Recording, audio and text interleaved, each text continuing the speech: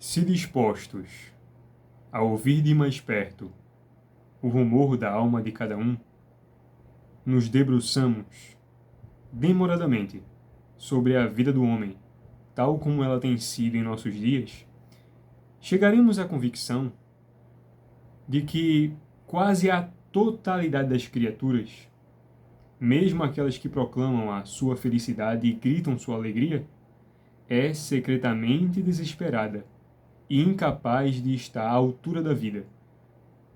Dito isso, pelo grande contista Aníbal Machado, um contista brasileiro que está à altura de um Anton Chekhov, na sua obra Cadernos de João, em que algumas reflexões, e esse personagem cita exatamente o que eu acabei de dizer, que todas as almas, se nos detemos a ouvir por demorado apreço o rumor da alma de cada homem, então a contemplamos tal como ela é. Que a própria força com que estrangulamos muitas vezes o riso para escapar do pesar que nos fecha, que nos deixa resolutos, abandonados dentro de nós mesmos, porque todos os homens estão incapazes de estar à altura da vida. E essa condição natural, infelizmente, mal interpretada por psicólogos, por pessoas que cuidam da mente humana, digo eu, da alma humana, que deveriam cuidar, mal interpretam algumas significações que são condição natural da alma humana, mas são entendidas sempre como uma debilidade.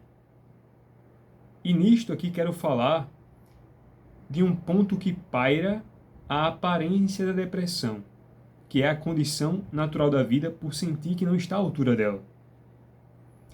Baudelaire, esse grande poeta francês, tem um poema chamado Semper Idem, que é sempre a mesma. Faz menção a essa máxima latina, que é uma definição que a própria Elizabeth, a rainha Elizabeth I, usava, mas ela traz a própria tradução que Baudelaire colocava para essa sensação muito antiga de não estar à altura da vida. Baudelaire vai dizer: de onde te vens? Dizias, o pesar estranho que sobe como o mar num rochedo despido. Nesse poema, ele vai trabalhar o que muitos consideram a melancolia, mas é algo mais sutil do que a própria melancolia. Pode ser nomeado dessa forma, mas é a condição com que a própria morte, como ele vai dizer, assim como a vida, todos enlaça. Então ela tem sutis trejeitos de se aproximar, como condição natural, reflexo dos homens na própria deterioração dos anos, pelas experiências, pelos traumas, pelas mágoas, pelas incompreensões que são mais promovíveis, prováveis, do que conseguimos reter aqueles pequenos fragmentos de felicidade, que é, inclusive, o próprio lema de muitos poetas, como o próprio Camões vai dizer: olha, errei todo o discurso dos meus anos, dei causa que a fortuna castigasse as minhas mal fundadas esperanças. Camões completamente desenganado, assim como os grandes poetas e os grandes romancistas se deparavam todos os dias com essa condição que ela é a própria possibilidade de evolução do homem. Todos arrumamos desculpa para fugir daquele calabouço que nós somos proprietários, mas tentamos nos esquecer dele por grandes distrações. Ora, porque tal rumor insuportável da alma procura nos outros e nas coisas o seu esquecimento, o momento em que algum lampejo de vibração possa acudir às minhas fagulhas internas de me devorar, de eu ser internamente queimado vivo. Mas o problema é que, como a melancolia é a própria condição natural da vida, não só a melancolia, mas como o próprio estado de desamparo, e que qualquer pessoa com uma mínima inteligência, ainda que covarde, ela precisa se deparar com essa angústia irresolúvel, essa angústia diante da presença daquilo que sabemos muito bem, de uma certa forma, mas não conhecemos de outra, mas que está lá como uma presença mais certa do que a presença de qualquer pessoa que se aproxime de nós. E há uma boa história para tratar desse tema no romance de Joseph Conrad, no Linha de Sombra. O personagem, por conta da sua juventude, tem a própria inclinação de tomar decisões temerárias, que são passíveis de serem decisões que no futuro você venha a se arrepender. Arriscadas, impulsivas. E tem um momento que, quando ele deixa o seu antigo navio e vai até a capitania do porto, que é onde se hospedam os marinheiros, ele conversando com um capitão muito experiente, um homem que já viu de tudo, e percebendo nesse jovem as suas forças serem entregues à própria apropriação silenciosa da melancolia, esse jovem decidiu abandonar tudo. E o jovem diz assim: quando eu estava no mar, assim como é próprio costume dos marinheiros, deixamos em terra e abandonamos todas as coisas que são próprias dela.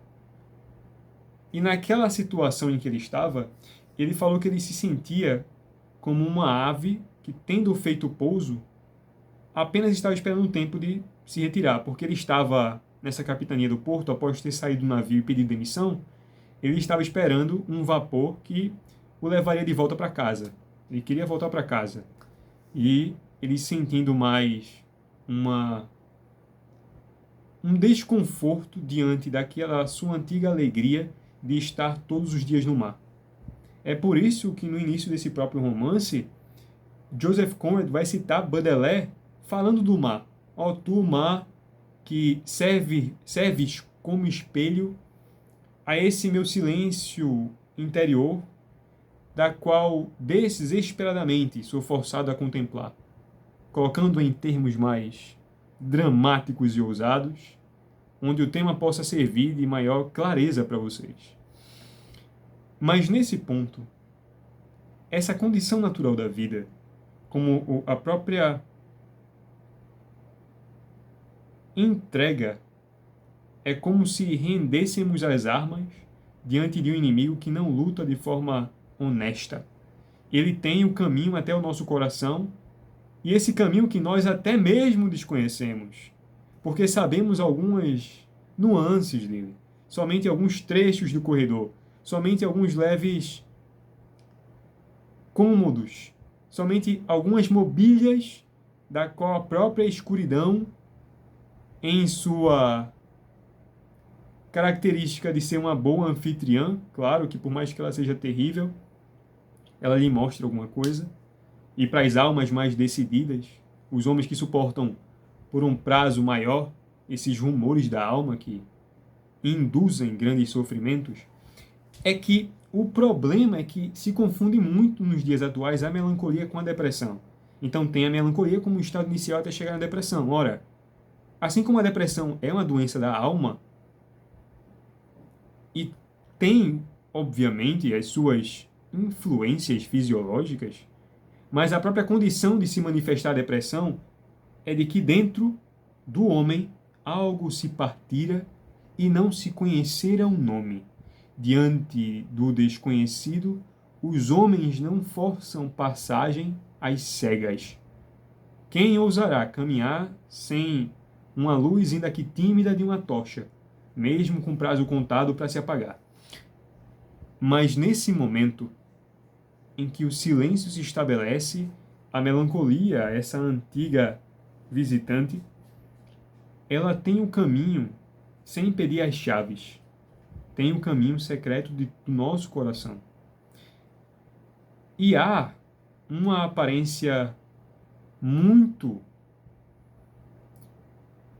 eu diria, intrigante de se definir, da qual tenho observado esses dias, após fazer algumas leituras e ver que os sofrimentos, muitas vezes dos próprios personagens, dos romancistas, assim como grandes escritores, eles conseguem captar essa unidade da própria individualidade do sofrimento. Como todos os sofrimentos se encontram no topo e se banqueteiam às custas dos sofredores que os alimenta sem saber, ou sem escolha, mesmo sabendo que está lá. E vendo esse detalhe,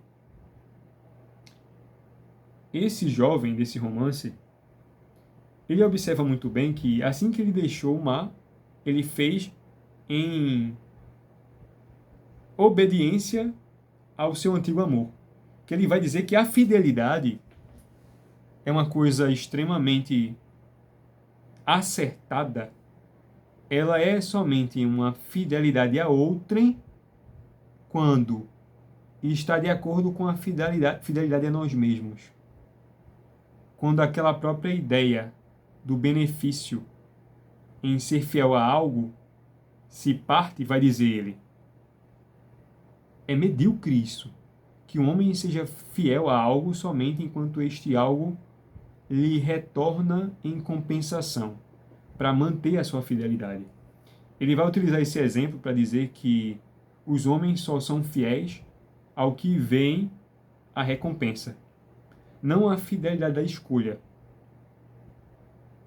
que é muito interessante se observar e até reconsiderar esse próprio assunto. Mas o que eu quero tratar aqui não é da fidelidade quanto ao conceito comum, mas da fidelidade que possuímos com sensações em nós que são tão frequentes que estimulamos por importantes.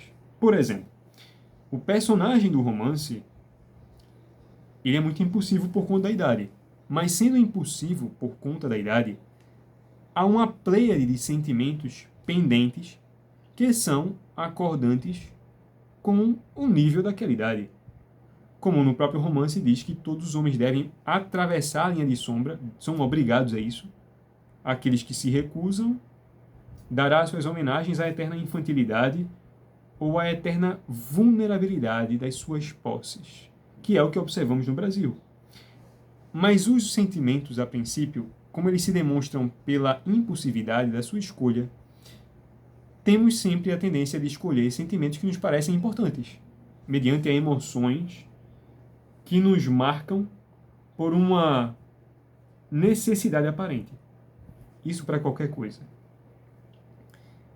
O homem que consegue observar-se enquanto observa, que tem a situação, tem a observação e tem a observação da observação, ele mais dificultosamente vai cair no próprio engano que a sua lógica tece para favorecer esse impulso que é tão intenso da emoção. Então somos fiéis àquelas emoções que nos são características por costume. E onde é que eu quero chegar com isso? Pelo costume em que temos de não reavaliar, porque é muito trabalhoso reavaliar o costume das decisões que tomamos nas emoções, porque as próprias emoções são decididas, ainda que você não saiba, decididas pelo costume, da qual você entregou com livres vontades a abraçar o que apareceu. Você escolhe a reação. E esse escolher a reação vai nos trazendo esse senso de fidelidade, porque nos sentimos recompensados. Essa recompensa que nos traz essa espécie de fidelidade. Mas o problema disso é que depois que essa emoção é gerada, atendida e fidelizada, ela seca todo o seu rastro, daquele ardor que sentimos em seu caminho, e a substitui pelo que estava disfarçado atrás dela, a melancolia.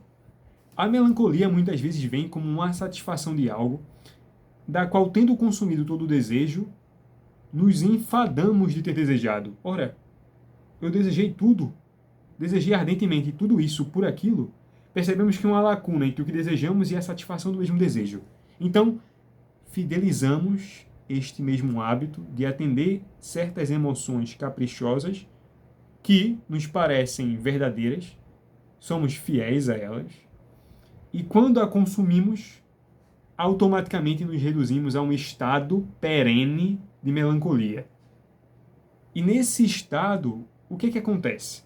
A melancolia, como o homem não vai se recolher dentro de si mesmo por livre e espontânea vontade, afinal, as distrações do nosso dia, como diz Aníbal Machado, de que os homens, ainda aqueles que se proclamam alegres, são, no fundo, secretamente desesperados e não estão à altura da vida. Todos os seres humanos, eles percebem isso. Mas qual que é o problema? Entre o homem que desenvolveu sua inteligência e um nível emocional maior, vamos botar o nível dos romancistas, dos poetas, dos grandes escritores, que eles são os verdadeiros gênios, eles começaram a assimilar o que é importante na escala da vida, a própria realização dela, diante da presença indestrutível dessa melancolia que nos mostra que nunca estaremos à altura da vida. Mas aquele que fidelizou emoções mediante a sua intensidade e as reproduzindo, se consome nelas, seja o que quer que seja que você deseja intensamente, qualquer coisa, suas emoções costumeiras que estão aí batendo a ficha, batendo o cartão todos os dias, como um funcionário que nunca falta o trabalho. São essas emoções específicas. O homem comum, o homem vulgar, não tendo a consciência o tempo todo do que está alimentando, logo se entrega à melancolia, porque sente que não está à altura da vida, que é condição natural. Mas como o homem não tem dentro de si um termômetro para medir suas estações, o homem sai de uma própria prévia trailer da melancolia diretamente para uma depressão. Porque o exame das emoções exige tempo, exige esforço, exige uma clareza de retomada e cansa. Quem estará disposto a cansar-se sobre coisas aparentemente tão pequenas, que nos são dadas de forma automática e sempre de improviso, parecemos acertar nossas escolhas por aquilo que é aparentemente favorável no momento ou que nos favoreça. Portanto, a altura, a sensação de não estar à altura da vida é condição natural e suportável para os grandes gênios, ainda que sofram muito, e insuportável para o vulgo, que logo decai por não ter barreiras, portais, por onde impedir que a própria melancolia caia chorosa em cima de si mesma por já ter chorado muito. Ela sofra com a própria condição do sofrimento. Portanto, senhores, examinem as emoções, assim como os romancistas examinam nos seus personagens as condições de vida, mesmo que se deparem que não estarão nunca à altura dela. É isso, senhores.